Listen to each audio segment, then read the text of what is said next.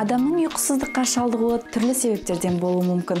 Ұйқысыздық адамның психологиялық және неврологиялық жүйесіне нұқсан келтіреді. Сағаттар бойы көз іле алмау ұзақ уақытқа созылатын депрессияға келіп соғуы мүмкін. Сондықтан да ешқандай дәрігердің көмегінсіз-ақ ұйқысыздықтан құтылатын амалдар бар. Ендеше сол амалдармен таныса жүрейік. Ұйықтай алмай аунақшып жатқан кезде адам қиналып, ұйқысыздығы жайлы уайымға түседі. Ұйықтап кетудің қарапайым амалдарын біле жүрейік.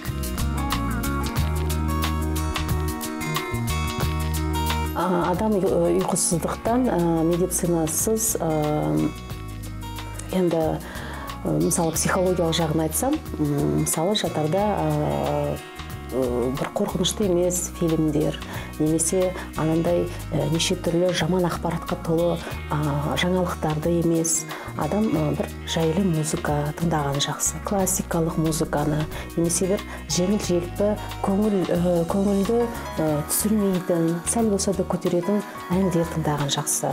Ұйқысыздық дертіне шалдығудың негізгі себептері: сары уайымға салыну, күн мен түнді ауыстырып алу, мүлдем шаршамау, жұмыс графигі түнгі уақытта басталатын жандардың күндіз тәтті ұйқыға батуға әдеттенуі және энергетикалық сусындарды кешкі уақытта мөлшерден тыс көп қолдануы болып табылады.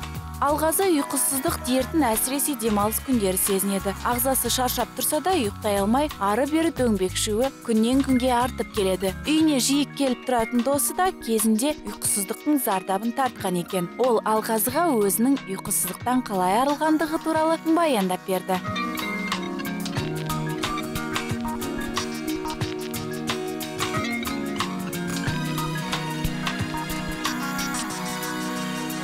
Досым, бір жыл бұрын бұл сұрақ менде мазалап еді.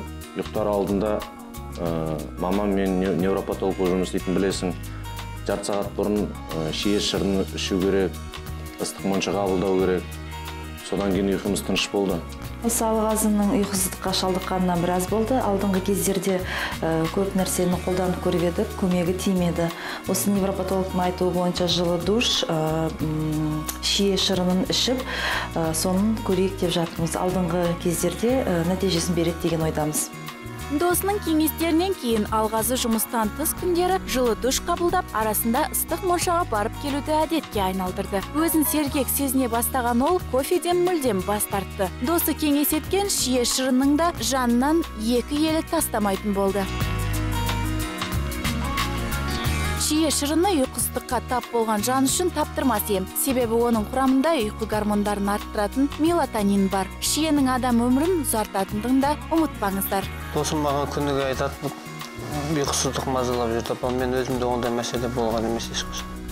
Ұйқысыздық жанына батқан адамға жылы душ қабылдау, әсіресе ұйықтар алдында моншаға барып келу өте пайдалы. Ойыңыз сергек болсын. Тәтті ұйқыға кетпес бұрын қиялға беріліп, ең ыстық армандарыңыздың орындалуын тілеңіз. Есте сақтайтын жайт, таза ауада серуендеуді ұмытпаңыз. Лаура Қуанышева, Дмитрий Колпаков, Жаңа күн.